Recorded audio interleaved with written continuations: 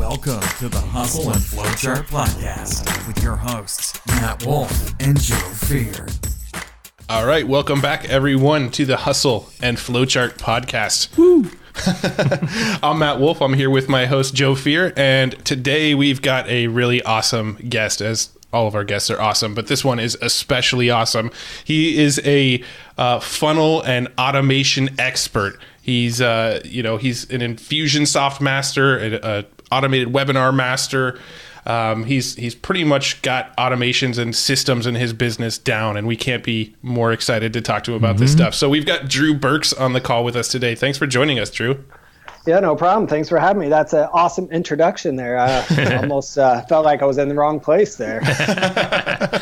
Well, I've learned a lot from you about automation over previous calls that we've had in the past, and I'm very, very excited to share some of that stuff with this new audience today. Cool. Well, I'm glad to be here. So looking forward to sharing. Cool. So let's go ahead and just jump right in, and let's talk a little bit about automated webinars. Can we let's take a big step back and just kind of look at what automated webinars are and give a quick explanation of what it is and what the benefits of doing one is. Yeah, absolutely. Well, I think the benefits are you do it once and get paid for it over and over and over, right? You can play it 24/7 if you choose to. That's the number one thing is you do it once and it's done. Beyond that, we've found so many different uses for automated webinars. I think initially when I learned about it, the number one goal was a sales webinar to make money. But since over the last 2 years, we've found other ways to use it. So we've created automated webinars to onboard employees. Yes. My wife does the same thing, actually. Yeah, it's just there's ways to, you can onboard employees. You can use it as training courses for employees. There's just a lot of different ways to use it. Obviously, the most profitable that we have found is to sell something, and specifically to sell information. I suppose you could do it to sell tangible, but we've only done information. But that said, too, is I see a lot of people talking about webinars now, and I think there's this myth that, I just sit down or I do a live webinar and I record it and presto, I have an automated webinar. We never got that lucky. We actually found that it took us time, multiple revisions to sit in a closed room with good audio and record it and practice it and get it down before we actually rolled it out with live traffic. So. Cool. Now, just for the two people that might be listening that don't know what a webinar is, would you mind just kind of quickly just giving a quick explanation of what just, not necessarily an automated webinar, but what a webinar is? Right, sure. Yeah, in most cases, and all the ones we've done and most of the ones I've seen, it's simply a PowerPoint presentation or a keynote presentation or even a Google Slides, but basically some type of presentation where you have slides similar to what you would picture if you were in a live event and someone was, on stage talking and using a PowerPoint.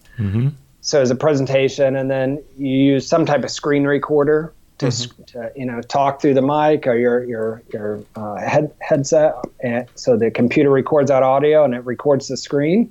And so the recorded version of that is you have this presentation where your screen is recorded, but also has the audio. Got it. Okay, so basically, an automated webinar is a traditional webinar. You're doing it live, so you would be sitting there. There'd be 50 attendees, 100 attendees sitting there. You'd be presenting to them these slides live. An automated webinar, it has that same feel from the attendees' perspective, but what they're actually seeing is pre-recorded. Absolutely. And the advantages to live are, of course, is it's engaging, very much like we're having a back and forth and a dialogue now. So I like live webinars for that. But in an automated one, there are ways to do it and script it so that it comes across live, and not the cheesy kind where people will just say it's live when it's really not live. People are a little smart, they know that trick. We're really careful never to say, hey, this is live, because we know as soon as you say that, people aren't dumb. They figure out it's not live. Then you have no integrity. You have no integrity left. But what we've done successfully is, we almost always do them live first so that we can get real names and real questions. And then what we'll do is we'll weave those questions back into the recording. Right. So that it has that feeling that this is happening real. And then what we like to do is there are systems that will automate this. We didn't actually use one to automate this, but when people type in the questions while it's recorded, we would collect those questions. And then we actually re-recorded our main webinar 7 different times to incorporate new questions that had come in over the first few months. That's pretty awesome. Yeah, I was actually just about to ask, how many times does it, I guess for someone starting out with a fresh webinar, for you on average, does it take you a certain number of times to kind of perfect and get the conversions you're looking for? Or is it just kind of always doing something new? You know, what we have found, and we've done this with probably 4 dozen people, maybe 5 dozen people, more than I would like to admit. And what we found is some people are just able to make an offer that converts. And some people, no matter how many times they try, they just can't convert. And so I think it comes down to like you can sell or not sell. Or the product is junk or not junk. Right. Yeah, but you know what? I don't know that that's necessarily the case, right? Because if you would only know that after you bought it. Right? So it's like if I'm selling you something now, the product might be junk, but if I'm a good salesperson, you might still buy it. Now you might refund later if it's junk, but that's kind of down the road. Yeah, because you're really aiming for that conversion, that front end, whatever you can do on that webinar. That's awesome. Right. You know, Dan Kennedy, I heard him say I was listening to him speak in Anaheim a few years ago, and someone asked him, they said, Dan, how can you realistically collect $1 million for writing a single sales letter? Like, how's that possible? And I'll never forget what he said. He goes, you won't believe me if I tell you. And the whole room was like, no, please tell us. And he said, I say it with a straight face. And it was amazing if you think about it, because a lot of people will get to the offer at that point, and their voice will start to quiver. They'll start to stutter. You just have to practice that part and be able to go through it and say, this is what I have. This is how great it's going to be. This is how your life's going to be after it. And this is the price. If you stutter. Yeah, and I mean, that's got to be the sort of benefit of doing these automated webinars is you can keep the sort of content portion of a webinar steady and re-record the pitch as many times as you want until it starts converting, I suppose. And that's a great tip too, Matt. I don't know that a lot of people are aware of that, but if you record the webinar in chunks, so to speak, then you can do that. You can basically, almost like we would split test a web page. Right. Yeah, you could split test chunks. Yeah, you could just say this webinar, the first half, the content's the same, but I have offer A, and then do it again, and here's offer B. And then you could play those simultaneously and see which ones convert better. Right. Now, I want to ask you this. There's a lot of stuff out there about actually like closing on a webinar. I've probably owned 6 different courses on webinars and how to present, and most of them focus on the actual close, the pitch. Do you think that the actual content portion is just as important, and are there stuffs that various things you can do during the content that are going to help you close during the actual pitch? Yeah, it's a great question.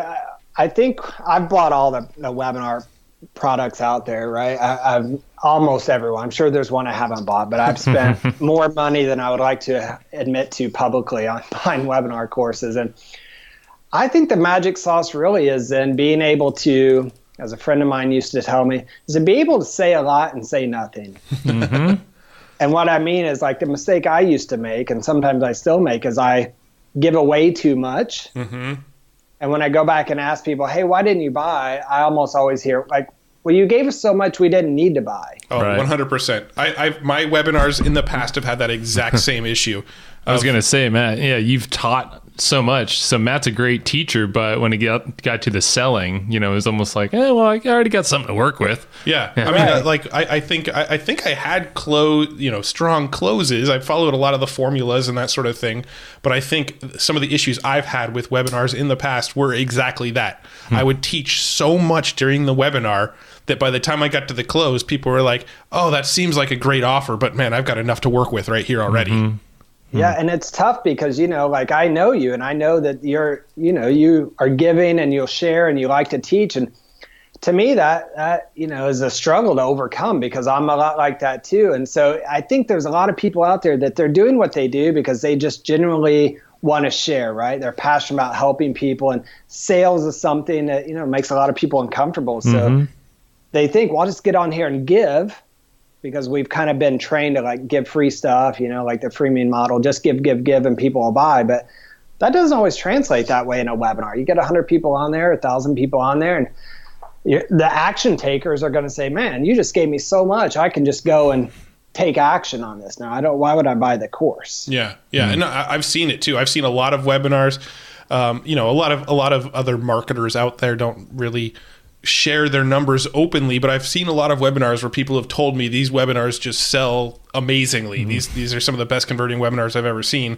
And usually the common denominator between those webinars is they get you really, really excited about the concepts, but they don't teach you pretty much anything.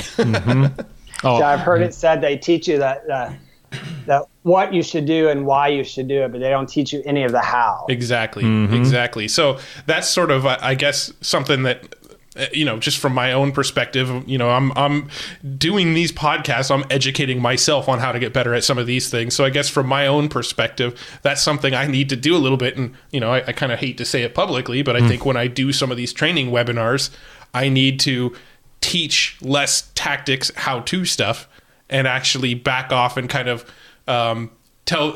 explain what they need to do without getting into the details of how to do any of it. Right.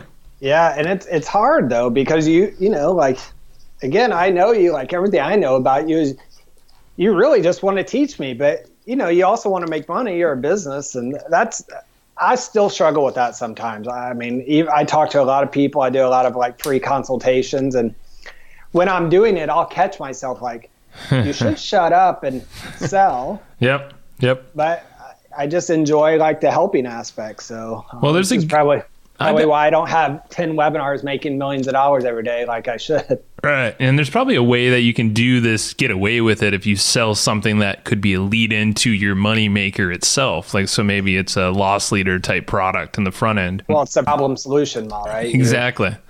Here's the problem. Here, I'm going to give you the solution free, and that solution is going to lead you to, the next problem or that gap. Or a tripwire product, something for for $50 even if you want to go that high, and then it sells into $1,000 course after, where it's kind of taking it a full step further, or maybe the next step in the whole process. So I guess what my question is, because it sounds like you automate a lot of stuff, and I know you do a lot of email automation as well. Is this something that, say if we're starting fresh, someone who has a business, but maybe they haven't really stepped into actually trying to sell with webinars or email automation, how would they go about starting that first step to get into it? Yeah, that really is more than webinars right now. Is, what I do is I automate things, and I automate two types of things. Like usually like more of a traditional business will call me and say, I've heard about automation. Here's what my business looks like. How can I automate it? And then the other type is people will come to me and they're smart marketers, right? They're people like I would like to think we all are. And they'll say, hey, here's what we're doing, and we're using these pieces. And often it'll be a hodgepodge of different systems. How do we put it all under kind of one system and automate it? And that's kind of really what I love doing is taking those things and figuring out how to automate it. Regardless of which option it is, I think the starting place is to figure out first what your systems and processes are, right? Whether you're selling lemonade on the corner or you're selling, digital training products, is what's my system or what's my processes, or I like to think about in terms of desired paths. So my goal is to create a webinar that's going to sell this widget. And I'd say, okay, great. Well, if I'm going to create that webinar, and Sixth Division guys, the guys over at Sixth Division, I heard them say, so I want to give them credit. They talk about the Lego principle. And if anyone has kids on, is listening, they will know this, is if you go buy Legos you look at the box and it might say 400 pieces. You're going to build this Starship Warrior. And you're like, as a parent, you're like, I can't build that. But what happens is you open a box, and inside that box, there's not one bag with 1,000 pieces. There's a bag that has a big number 1 on it, and a bag that has a big number 2 on it, and a bag that has a big number 3. And so they've used, like modular thinking, right? So they say, okay, in bag 1, here's the 50 pieces you need, and here's the instructions for this piece. Yep. So I've taken that process to everything I do from automation. I'll say, okay, what's the path? Okay, you want to build a webinar, and it's going to sell this product. Okay, great. How are we going to get people to the webinar? Let's look at the systems and processes for that. We're going to run ads. We're going to do a blog post. We're going to do emails. We're going to do text message, whatever we're going to do. And I'll chunk that down just like Lego. I'll say, okay, well, then we need emails. We need a text system. We need an opt-in page. And I'll look at everything we need just for the front end of that. Got it. Okay. And then I'll say, okay, great. How are we going to get people to the webinar, right? So that would be like bag number 2. There's all the reminders, the indoctrination, and the rapport building, all the storytelling we're going to do to make sure people show up. And on our webinars, we typically average between 40 on the low end, 42% to 65% show up rate. And so we'll do that. And then we get to the webinar. So, okay, great. Well, what's the systems and process for making this happen? Here's the content. Here's the photos. Here's kind of the storyboard for that. And then the same thing after that. What's the desire? Well, we want them to buy. Well, here's what's going to happen to do that. And we just break everything down. So we take the big vision, the big map, break it down into very, like chunks or modules, and then clearly identify the systems and processes within each one of those little modules. And then from that, it becomes very easy to automate it, regardless of whether you're using MailChimp, Aweber, Infusionsoft, Entreport, ActiveCampaign, doesn't really matter. That seems so simple. Like what you just lined out right there, someone could literally take notes and like, boom, there's your template to just get something started, anything. And I'll simplify that even more. Is if you took a sheet of paper and you just, like a lot of people will use this example, but I'll modify it a little bit. If you drew a line from left to right, and on the left is starting point, at the very end on the right would be the desired path. And that's what you want someone to do. The part that where automation is brilliant is the detours. What happens if they don't do that?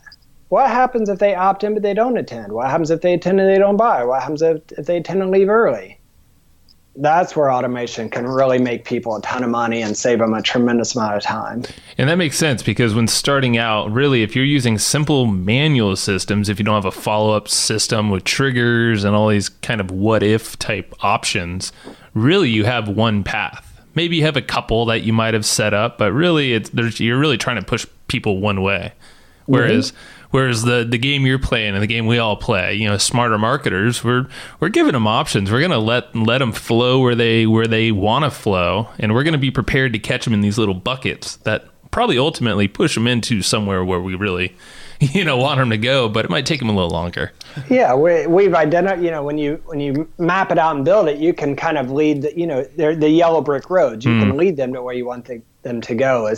But people are going to do what they do naturally anyway. And I just talked to a person the other day that was just starting out, and they said, man, I don't really have the budget or maybe the knowledge to build this out, and I can't really hire someone. What should I do? And I said, well, you have your website. You're already spending ads. Why don't you just pay attention to what's happening, right? So if you spent $100 on ads today, see how many clicks you got. And then even if you jot it down on paper, and then how many people opted into your MailChimp or filled out your calendar schedule, and just start tracking what happens and keep notes. And then, so you got 3 people to talk to. What'd you talk to them about? And someone signed up. Fantastic. What'd you do? Well, you sent them an order form. They didn't sign up. They need more time. That's another really great way for people who are just starting out to really build their system and processes. I love that because it makes it so simple. And I know we've worked with many clients, and some starting out, they've had some budget, a good amount of budget to hire us and build out a big funnel. A lot of them, once that funnel is done, we give them like, hey, go focus on Facebook ads. And then pretty much what you just said, just grow your email list, focus on those metrics, optimize those, make sure they're, pushing them into your funnel. But it always creeps up a couple days later, like, oh, so I read about these YouTube ads I could do, or Twitter, or like social. I'm like, what do you think of this? I'm like, put the blinders on, man. I know. Go back to basics. And I think that's where most people, I mean, that's business owners in general who work with successful people, agencies, and they're constantly like, oh, what about this idea? I'm like, no, dude, stop. Focus. Yeah. See, one thing I was thinking, it was James Wedmore, I think. You guys know that guy. Oh, yeah. He had a really great image on one of his product launches recently. And he said he had 2 islands. And it was so perfect for what you're talking about. He said, look, on this island, this is where you're at. And this island over here on the right is where you want to be. And he said, so you decide you're going to have your plan, like that line I just talked about. And maybe it's going to be webinars. He said, but then tomorrow you hear about YouTube. And so you start doing YouTube stuff. And then next week you hear Instagram. And he said, what happens? You're left with like 12 different attempts to get across to that other island. Right. But none of them have made it all the way across. And there was another analogy, Matt, maybe you remember his name. It was Carl White. There it is, the bridge analogy. Yeah, same exact thing. concept. Yep. Just finish that bridge and then go to your next one. Stop building incomplete. Yeah. Now, Carl is at he's from the mortgage industry, right? I know he did a lot of lead generation. Yeah, I think he was like a big coach or something in the mortgage space, because that name sounds super familiar from my past life as a real estate agent. Could be. But either way, you're spot on. Yeah. Now, when it comes to automated webinars, you'll probably notice that I'm more of like the tactical mind. I'm sitting here trying to think of like the actual tactics and step by steps and stuff like that. But Sure. I'm curious, when you do have an automated webinar set up, is it mostly Facebook ads that you're using to drive that traffic? That's all we used. And when you do Facebook ads, I'm just curious about the process that you might go through to find potential targets to target to, because I know when it comes to Facebook ads, they're not really that complicated to run, but it's pretty complicated to figure out the perfect target to get people to your webinars. That's really what we found is, number one, we found that what's true today on Facebook ads isn't necessarily going to be true tomorrow. And what I mean is we would have campaigns, and we ran for one specific webinar, we ran ads consistently from September 2014 to June of 2016. Wow. And we spent on average about $30,000 to $40,000 a month on those ads, for 22 months. And we would have a campaign that might work brilliantly for a month. And then it might have 3 days where costs were 3 times higher. No rhyme or reason. We found specifically the audience network was typically bad. We didn't like to use that. But I can tell you that for those ads where we found the most success was with that high relevance score. And that sometimes was as ridiculous as changing, like just as an example if that we might have an ad set with the age set from, 30 to 55. And we might change it from 30 to 60. And suddenly it's a better relevance score. I mean, so little tweaks like that would sometimes make a big difference. Yeah.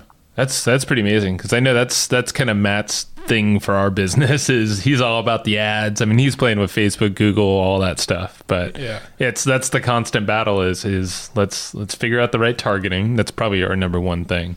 Yeah. And then it comes down to that. And then, the other thing, talking tactics, is we found that the ad copy has to match the copy on the opt-in page, because we had a lot of disconnect there too. And, we learned a lot. Sometimes we'd get great clicks and then no opt-ins, and we just couldn't figure out why. It was like, why would people click on this ad? And it was never like apples and oranges, but sometimes the copy was just different enough.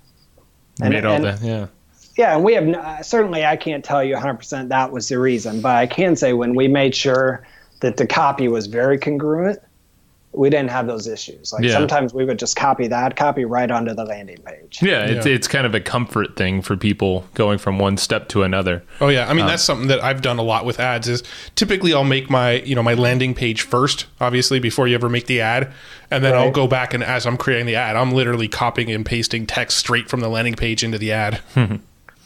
Yeah, it's something I've been experimenting with this week, is like just making sure like that the images are even the same, and then the color schemes are the same from the ad to the pages. One thing I've done in the past that was actually pretty effective, but you have to be careful with not having too much text on your page. But I've done stuff where I've created a landing page. I've literally taken a screenshot of the landing page and used that as my ad image. That's pretty clever. That is clever. and you know, you can't get more relevant than that. The image they were just looking at is the page they land on afterwards. That's a very good point. I'm gonna borrow that one. You should, yeah. Let us know how that goes. I do want to change topics for a second. Did you have something you want to ask, Joe? I had a quick question. So this is kind of for myself, but I think anyone listening is, do you ever experiment an automated webinar compared to a standalone sales page? Or do you have a reason for choosing one or the other? Make sure I understand. Is the question, why do I use the webinar to sell versus more of just a copy sales page? Exactly. Yeah. No, I think no one on my team is a quote unquote copywriter, so the webinar seemed easier probably. We did though test going from webinar to sales page versus webinar to order form. And that was interesting. We actually found that going to the order form, it was kind of a hybrid, like 2 or 3 paragraphs of copy and then the order form. We found that converted better than going from webinar to sales page to order form. I've heard the same thing. Yeah. Good, okay. I mean, this is all just stuff I've heard, but I've heard a good way to do things is send them to an automated webinar. From the automated webinar, send them to a checkout like the one you kind of just described. And then, 4 days down the road, if they haven't bought off the webinar, then start sending them directly to a sales page. Right. Yeah. What we like to do in our, more tactic, I guess, is in the post webinar, we have a series of emails that go out. And if they haven't bought, we address objections. So usually we'll have 1 to 3 objection handling emails. So they'll handle the objection, give some testimonial, recap the offer, and send them to the offer. And then after if they still haven't bought, then we'll send them to like a countdown. And that countdown's based on the offer. So the one that worked really well for us is it was a 4-day offer. So then we'd have 4 emails that would go out. You got 4 days, you got 3 days, you got 48 hours, you got 24 hours, last call. Yep. Cool.